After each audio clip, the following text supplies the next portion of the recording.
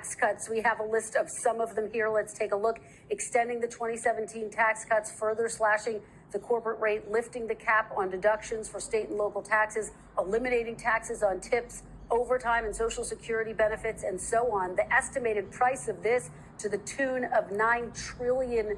Do you believe that President-elect Trump will be able to deliver on all of those tax cuts, Senator? Well, we've been working with the transition team, and I will tell you, in the hopes that we took the presidency, the House, and the Senate, members of the Senate have been meeting. I'm on the Finance Committee. Excuse me. We have been meeting through the summer and the fall in terms of saying, what can we do? How can we make sure we can continue these tax cuts from 2017 and extend them and make them permanent? What sort of things can we claw back from some of the excessive spending that the Democrats have done in terms of money that's going out or hasn't gone out yet? So we've been working on this all the way through, and we're going to continue to do that. Now, first, as you know, this is something we would do through reconciliation, so we have to win the House to make it happen and pass a budget. But we've been working with Lindsey Graham. He'll be chairman of the Budget Committee in the Senate to make sure we can accomplish as much as we possibly can to give the tax relief that the American people deserve, need. And we know it was all this massive spending by the last administration that gave us this inflation that hurt the country so much. Okay, so let me ask you that, because, again, the estimate is all those tax cuts could cost about $9 trillion and could add that much to the national debt. Would you approve that, $9 trillion?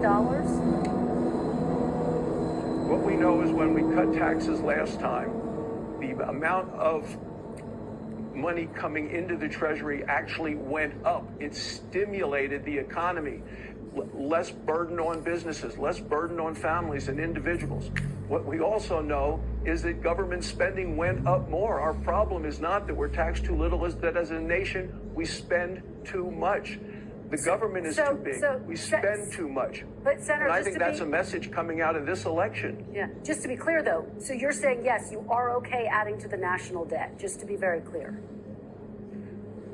What I'm saying is we have to take a look at the spending. That's the problem. When we cut taxes in 2017, revenue, money coming into the Treasury actually went up, but we ended up spending more than we brought in. So that's the problem. It's not that we're taxed too little, it's we continue to spend too much. The government is too big, it does too much, and we need to take a look at what we can do to make sure the American people have what they need. Senator, you said earlier in this interview that you're determined to move quickly to confirm President-elect Trump's cabinet picks. You are, of course, a doctor. You're a believer in vaccines. How would you feel about Robert F. Kennedy Jr., who's, of course, an outspoken vaccine skeptic, having a role in health care in Donald Trump's administration? Would you support that? Well, since President Trump hasn't actually made any nominations yet along those lines, I'm not going to comment on any one individual. What I will tell you is that I expect the president to make bold decisions. He has to come up with actually 1,200 different appointees who get confirmed by the United States Senate. The Senate will be ready to look at every nominee that he makes. But he's made one decision already, and that's putting Susie Wiles in as the chief of staff. That's a historic decision as well. She is the first woman chief of staff of the White House in history. President Trump has done that. She's terrific. And I can tell you, there are lots and lots of very qualified individuals who are going to be considered for cabinet posts and other posts in government. And the Senate is ready to take a look at each and every one of them. But I'm not going to comment on any one specific potential nominee this morning. All right, we're almost out of time.